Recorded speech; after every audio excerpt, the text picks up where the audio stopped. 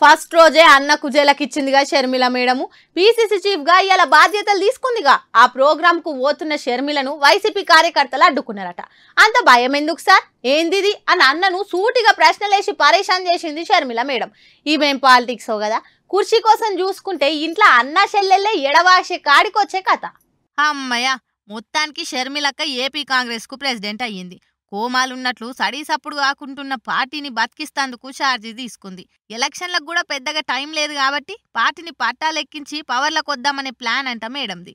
ఎన్ని రోజులకు మళ్ళా కాంగ్రెస్ జెండాలు కనబడుతున్నాయో కదా. 3 రంగుల జెండా వట్టి సింహమోలే గదిలినాది అనుకుంటా 3 రంగుల జెండాలు ఊగుతుంటే ఇన్నొద్దులు షిల్లం కళ్ళమైపోయి షిల్కొయ్యకేలాడుతున్న కండువాలకు కొత్త రూపం వచ్చిందని ఏక్దం కిరాక్ సంబరంలో మునిగిపోయినరు కాంగ్రెస్ పార్టీ కార్యకర్తలు. షర్మిలమ్మ తెచ్చిన ఊపిది, రాజన్న బిడ్డ తీసుకొచ్చిన రాజసమిది అనుకుంటా ఎగిరి గంతేసి డాన్సులు చేస్తుండ్రు. పీసీసీ చీఫ్ గా ఛార్జ్ తీసుకునే ముందు షర్మిల మేడం ఇడుపులపాయకు పోయి అలా నాయనకు దండం పెట్టుకుంది. పార్టీ సీనియర్ లీడర్లు కేవీపీ రఘువీరారెడ్డి తోటి కలిసి విజయవాడలో అడుగుపెట్టింది. ఎయిర్పోర్ట్ లో షర్మిల మేడానికి పార్టీ లీడర్లు గ్రాండ్ వెల్కమ్ చెప్పిండ్రు. 10 ఏళ్ల తర్వాత ఎప్పుడు లేనంత ఉత్సాహంతో క్యాడర్ కనబడ్డారు.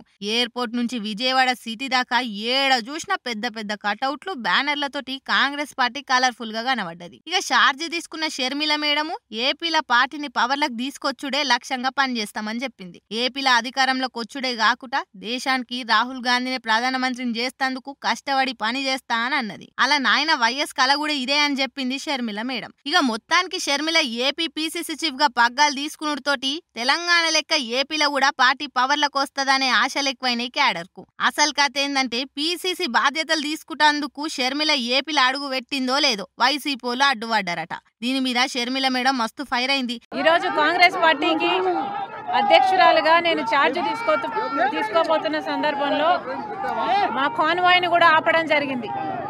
అంటే ప్రభుత్వం కాంగ్రెస్ ను చూసి భయపడుతున్నట్టే కదా. భయపడుతున్నారా సార్?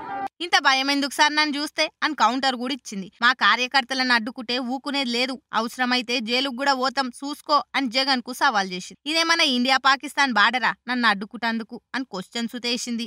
ఏపీకి స్పెషల్ స్టేటస్ రాకపోనికే, ఏపీ ఇంత వెనకబడనికే జగన్ చంద్రబాబు ఇద్దరే కారణం అని గరం కూడా అయ్యింది. భూతద్దం పెట్టి దేవులాడినా ఏపీ డెవలప్మెంట్ గానొస్తలేదని మాటలు తూటాలు వేల్చింది. ఏమో ఫస్ట్ రోజే గిట్లా అధికార ప్రతిపక్ష పార్టీలను ఎన్కౌంటర్ చేస్తుందంటే రేపు ఎట్లుంటదో షర్మిలక్క మేడం పంచ్ పవరు చూడాలిగా.